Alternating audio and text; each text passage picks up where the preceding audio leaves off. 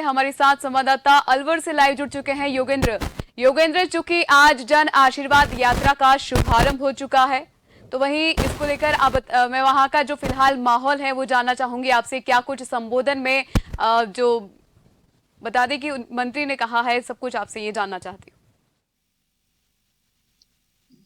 देखिए, भाजपा की जन आशीर्वाद यात्रा है वो 16 तारीख से शुरू हुई थी। उत्तर प्रदेश से इसकी शुरुआत हुई थी और इसमें क्योंकि नरेंद्र मोदी सरकार के जो नए मंत्री हैं उनको टास्क दी गई है कि वो सभी राज्यों में घूमे और वहां से जनता का आशीर्वाद ले, ताकि आने वाले दिनों में जो चाहे राजस्थान के चुनाव हो या फिर उसके बाद पूरे देश के जो सरकार केंद्र में सरकार बनाने के लिए चुनाव होने हैं, उनको लेकर यहाँ पर पूरा एक कहें कि जनता का आशीर्वाद लेने के लिए सभी मंत्री निकले हैं, जो कि मोदी कैबिनेट में नए जिन्हें मौका दिया गया है। तो यहाँ पर अगर बात करें भूपेंद्र सिंह की, तो भूपेंद्र सिंह यादव यहाँ राजस्थान पहुंचे हैं। 3 दिवसीय यहाँ उनका पूरा दौरा है और इस यात्रा के दौरान वो यहाँ पर पहुंचे हैं और इसकी शुरुआत उन्होंने अलवर से की है। अलवर के बाद जयपुर जाने का कार्यक्रम है। फिलहाल जगह जगह भूपेंद्र यादव का स्वागत किया जा रहा है और इसके साथ ही केंद्रीय मंत्री गजेंद्र सिंह शेखावत और केंद्रीय राज्य मंत्री कैलाश चौधरी सहित यहाँ पर चाहे उपनेता प्रतिपक्ष राजेंद्र राठौड़ हो या प्रदेश अध्यक्ष सतीश पूनिया हो, वो उनके साथ है। लगातार अलग अलग जगह यहाँ पर अलवर में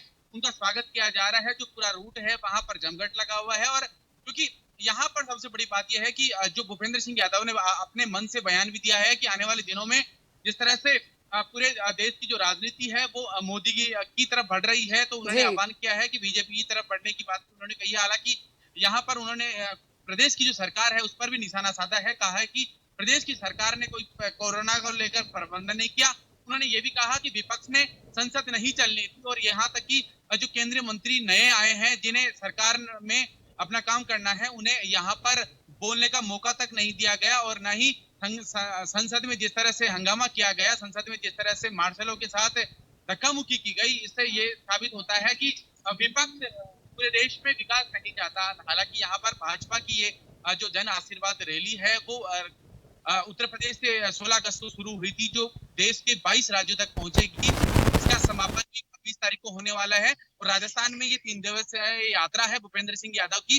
तो मोटे तौर पर ये यात्रा है उसमें क्योंकि आगे आने वाले दिनों में राजस्थान में भी 2023 में चुनाव है। 2023 की विधानसभा चुनाव के मद्देनजर और इसके अलावा सबसे पहले अगर बात करें उत्तर प्रदेश में चुनाव होने हैं, तो ये सारे वो राज्य हैं जहां पर क्योंकि अगर सत्ता बीजेपी की यहाँ अगर आती है तो फिर अगर केंद्र के जो चुनाव होंगे, लोकसभा के जो चुनाव होंगे, उनमें बीजेपी को उससे ही फायदा मिलने वाला है। यानी पूरी चुनावी रणनीति के तहत बीजेपी आगे बढ़ रही है और प्रधानमंत्री नरेंद्र मोदी के निर्णय पर, यानी जो आलाकमान ने निर्देश दिए हैं, उस निर्देश के बाद अब बीजेपी की ये जो जन आशीर्वाद यात्रा है सभी राज्यों में धीरे धीरे आगे बढ़ रही है। जी योगेंद्र, बिल्कुल। और चूंकि आज इसका आगाज भी हो चुका है, लेकिन जानना चाहूंगी आपसे, चूंकि उनकी आने की जो खबरें लगातार बनी हुई थी, आज उनका आगमन भी हो चुका है भिवाड़ी, तो जानना चाहूंगी कब उनका आगमन हुआ और क्या कुछ आगे उनके कार्यक्रम की रूपरेखा तैयार की गई है।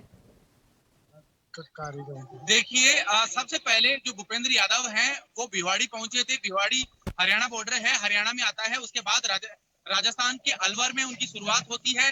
अलवर में वो शुरू से ही यहाँ पर अलग अलग अब तक करीब 2 दर्जन जगह भूपेंद्र यादव का स्वागत हो चुका है।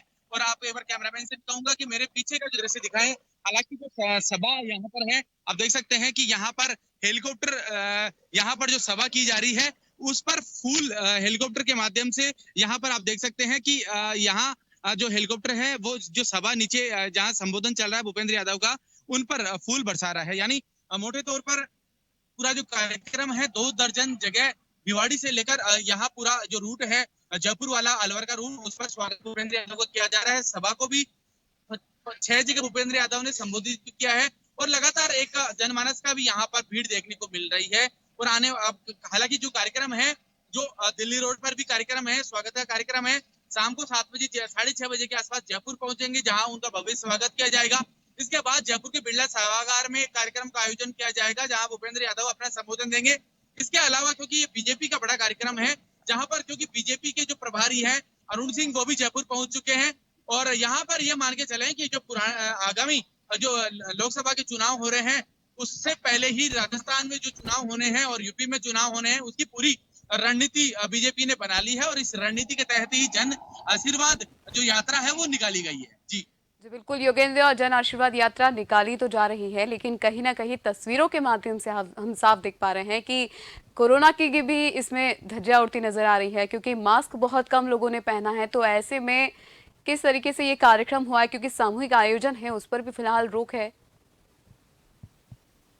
सबसे बड़ी बात यह है कि यहाँ पर जो कार्यकर्ता है, पार्टी के पदाधिकारी है, वो जी पहुंचे हैं, लेकिन अधिकतर वो चेहरे हैं जिनके चेहरे पर मास्क नहीं था। कोरोना गाइडलाइन की तो साफ तौर पर यहाँ पर धज्जियां उड़ती नजर आई। हालांकि मैं सभा जहां हो रही है वो जगह है, उससे मैं दूर हूँ। हालांकि मैंने मास्क पहना था, लेकिन फिलहाल क्योंकि मैं दूरी पर हूँ इसलिए मैंने मास्क तो नहीं पहना।